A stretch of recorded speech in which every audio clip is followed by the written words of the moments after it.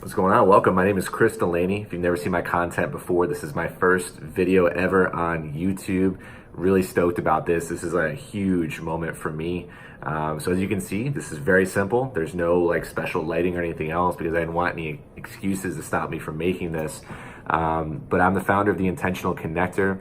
That's kind of my personal brand that we're growing out right now. Personally, I'm a coach along with a speaker as well. As a coach, I work with entrepreneurs and entrepreneurial couples, help them navigate the challenges necessary to really pursue their highest level purpose. I don't really like titles very much because I think it kind of limits the scope, but I love talking business. But more importantly, before business always comes excavating, exposing, and eliminating limiting beliefs. I did that personally. I've been tested a lot in my life. I grew up taking care of my mom. She was a single mom with breast cancer for about 21 years, turned out to be stage 4 metastatic breast cancer. My story is pretty out there with the website intentionalconnector.com, along with a lot of video content I've created on Facebook starting about 2 years ago. So there's probably over 100 videos out there kind of documenting the journey. So my life's purpose is really inspiring millions to find their voice, understand their story as their gift, and to really encourage them that there's really no title that's going to help you, get to that point where you can start finding your truth. So discernment's a big deal to me, meaning who do you listen to, why do you listen to them? I think that's really crucial. I think it's important to understand your core philosophies. I also think it's really important to understand that your test is really what's going to help you grow in your lifetime. So in this first video, I'm excited because I also just posted my first blog post on my website. I am not a super technical guy, do not like details whatsoever. So creating this video, blog, all this good stuff, it's been on me as we grow this. I just didn't want the excuse. Right now, my computer's being held up by books. But we've also created an incredible Facebook Live interview series called Survive or Thrive. It's on the website as well. I'm transitioning that into a podcast platform, so super stoked about that. However, with that being said, want to go into first video ever here on YouTube and then kind of talk about a decision in my life. And I talk about this a lot when I speak as well with my clients, a life or death decision.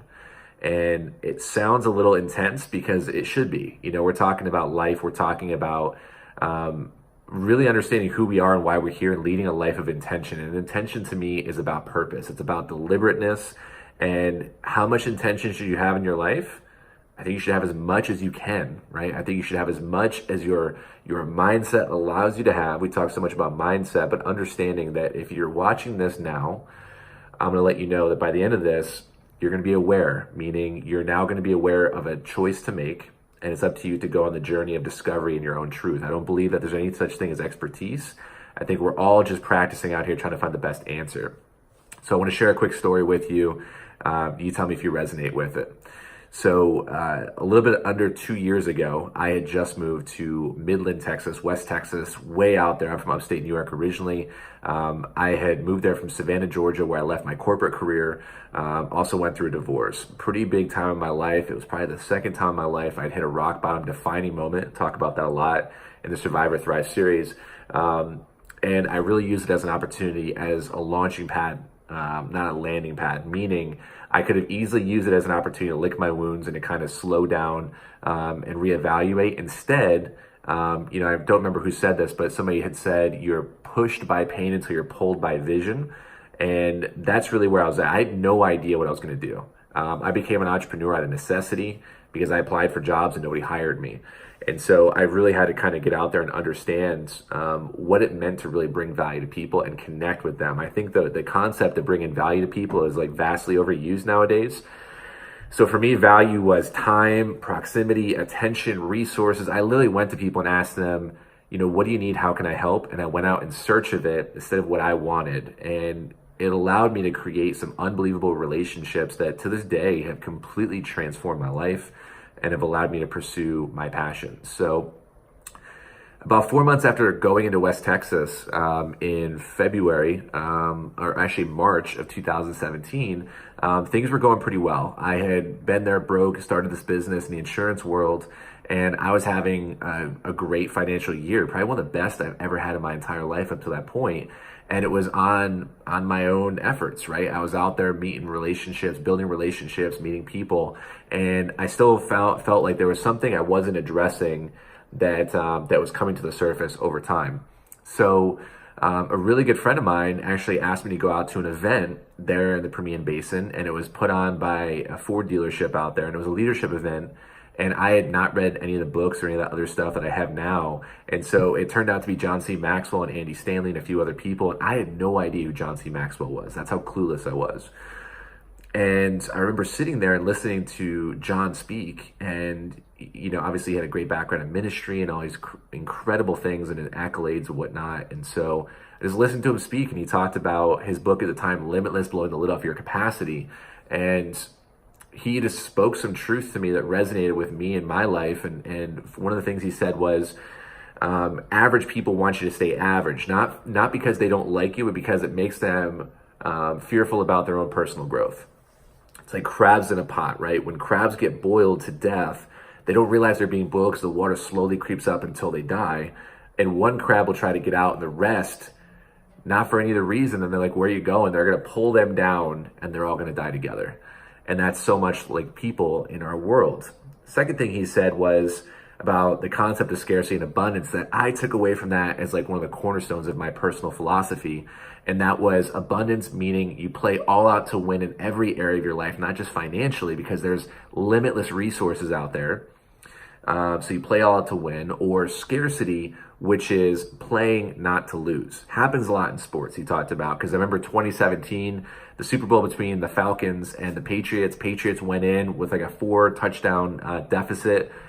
Falcons came out playing prevent, trying to keep them from winning instead of playing all out to win and running the score up, and Tom Brady and those guys crushed it. Now, I don't care how you feel about Tom or those guys cheating, whatever. I'm looking at principles, not details. The reality is that I took that away, and I said, I know that I've come from a place of absolute scarcity in my lifetime because I didn't know any better. That's where I was raised in. That's what I grew up in. That's the kind of mindset of the people I was around. And at that point in time, I've never really investigated this area of my life. And so I was like, well, damn, I need to figure this out. I need to go in pursuit of my own truth, right? I encourage you, find out a principle, not a detail, meaning scarcity and abundance was the principle, not necessarily how John puts it into his life, and because everybody's going to be unique, but go in pursuit of your own truth. So I took that and I said, man, I gotta really, really sit with this for a second. And 2 days later, I was sitting in my office, and I remember for some reason, something came up for me, and I had never really had social media at all. And I had maybe 100 people, friends on my Facebook or whatever. And I said, I would love to share this. The moment I thought about going Facebook Live, I literally got sweaty palms. I was nervous as hell, and I was like, well, what is this all about? Because I'd spoken at my corporate job, but I just felt like really nervous, almost like a fight or flight response from thinking about going Facebook Live. And so I remember at 30 minutes, I walked back and forth in this office, probably like a mile in this office, going back and forth. And finally, I just said, you know what, screw it, we're going to do it. And the title was Scarcity versus Abundance, and I go live. And immediately I have my phone in front of me, and I'm like this, and I'm staring at the phone, and I give my report of what I saw. Nothing that was me, but my report, right? I wasn't the expert. And I remember seeing viewers, 0, 10, 2, 3. And I'm like, am I literally saying the wrong things? Like, what's going on? I was seeking feedback from the outside world, and I was like sweating bullets, right? And I'm just reporting what I heard. And at one moment, it was done in a blink, but it felt like an eternity when I was doing it. By the time I finished it, I almost erased it because I felt like I had just done something wrong. I was like, man, first and foremost, in my mind, it felt like, woof, it was all these voices that came through. It was, who are you to go Facebook Live and share something? You're a fraud. You're not even a college. You're not even a college graduate. You know, you just went through a divorce. What if your ex-wife saw this? You gotta think that you changed all these different things. Like all these victimizing stories just came through and just crushed me at the time. And so, man, I almost deleted this video. I remember people were commenting, saying that was awesome and stuff like that. And I literally just said the most self-deprecating things possible. I felt like I had done something stupid. And I remember it just felt like a negative experience. I didn't know what to do after that. And I just let it sit. About a day and a half later, I'm on my way to an appointment, to a pretty serious appointment. It was going to be a big case. And so I get a Facebook message request from somebody I don't know, but we have two of my closest friends in common. And for those of you who know me, my closest friends are like family to me. So I definitely was ready to talk to this person. I didn't know who they were, but she reaches out to me, and she lives all the way out in South Carolina, and I'm in Texas at the time. So we're like over 1,000 miles apart. And so she says, "Hey, I know you don't know me, but I have to share something with you." And I said, "Okay." She goes, "Are you open to spiritual stuff?" And I said, "I'm the most wide open person you're ever going to meet. Nothing really surprises me." So I can't even make this up. I still have it saved in my Facebook Messenger messages. So she says, "Just so you know, I get messages from the other side.